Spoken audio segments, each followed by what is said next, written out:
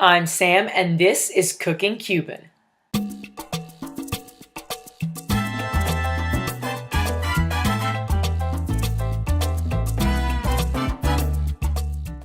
Step number one, my abuelo is putting on his meat carving gloves. Of course, not everybody has these, but my grandfather used to be a butcher, so he knows what to do.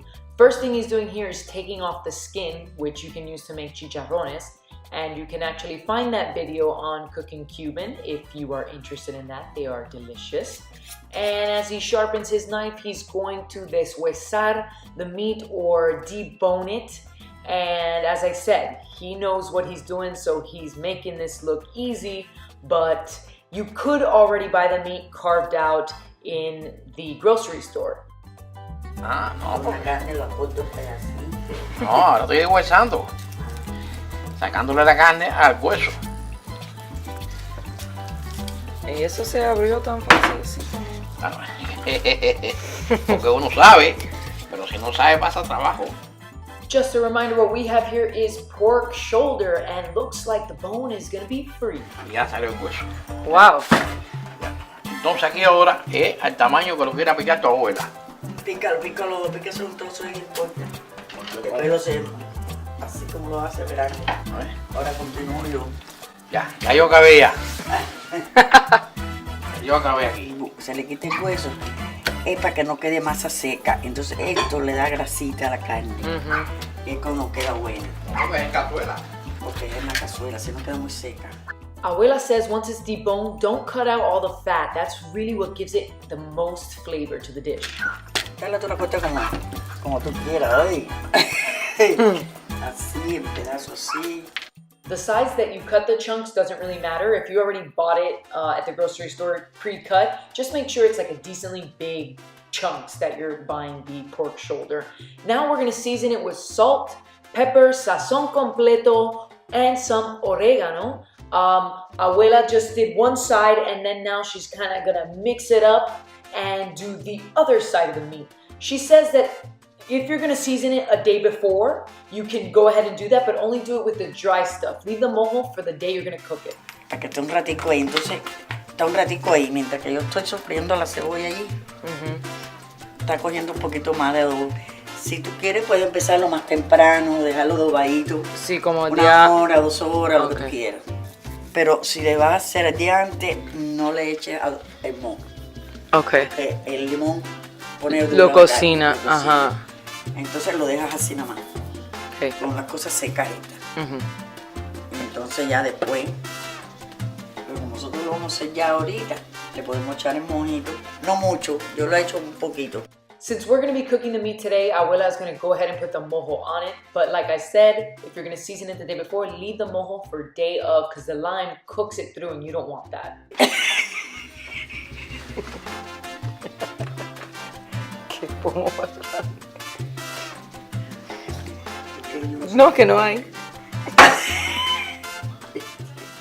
Just had a little laugh about how enormous that bottle of mojo is. You can just find the right size for you. If you don't have mojo at your local grocery store, you can replace it with sour orange or lime and some garlic. Give it some extra seasoning and you'll be good to go. Now just let the meat sit for a bit in its juices while we cut the onions. You want to cut them in rings, and then you're going to put them to sauté with some oil, as you see here. Make sure they're nice and broken up so that they all cook evenly and well throughout. We're going to do this on high, Abuela says, and just kind of keep an eye on them. And once they're nice and cooked through like this, you're going to want to start putting the meat into the pot. So what we're doing is we're really making sure every single piece of meat gets a little bit of that sauteed onion in there. It adds a lot of flavor, and it's really just going to add to the dish. A ver, con la cebolla sola, tú lo tratas de todo que cogemos. El asadito de la cebolla.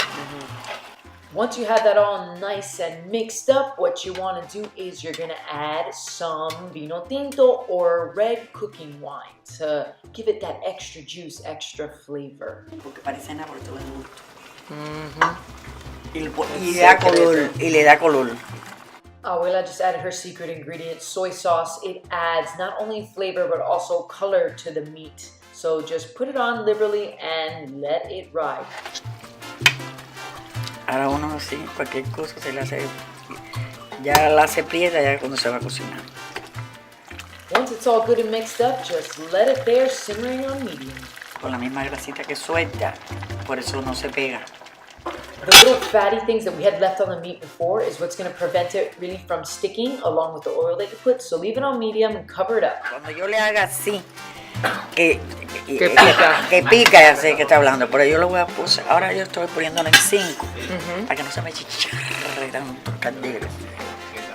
Y entonces, después cuando si se cocina en 5 y tapadito, lo miro, entonces pongo un high para que ya...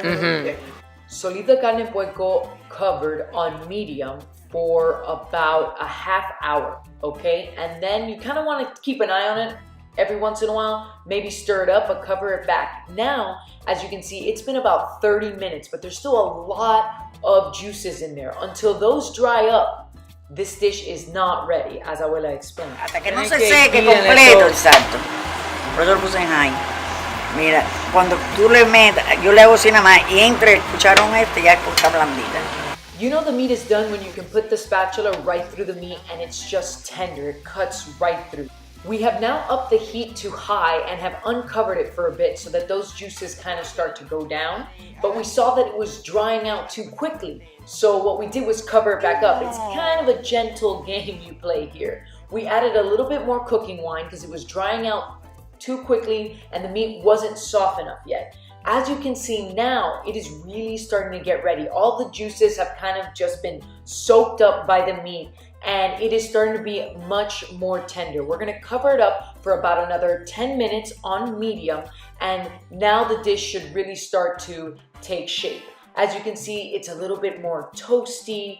It has not so much liquid anymore, but it's a really delicate game you play with covering and uncovering because you want the juices to dry out, but they can't dry out too quickly because otherwise, you know, the meat is hard, cooked but hard. You don't want that. So always keep an eye out and go with your gut because cooking is a labor of love. Pero cuando es así en directo, Ajá, me gusta estarlo, a verlo. sí, porque mirándolo, exacto, esa es la palabra.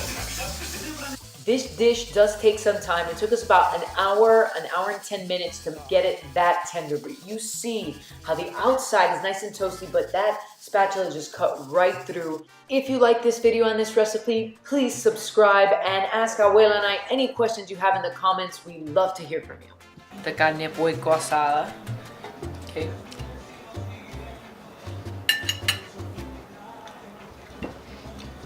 It is like, you saw how the juices were in there, you know, really marinating the meat, softening it. Now all that deliciousness is inside my mouth, inside every piece of meat in that cauldron thing, okay? It's so good.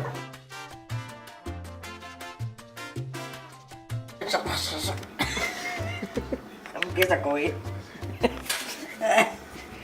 Como me salen a en los videos. Estos videos te sacan hasta la muela que tengo que atrás.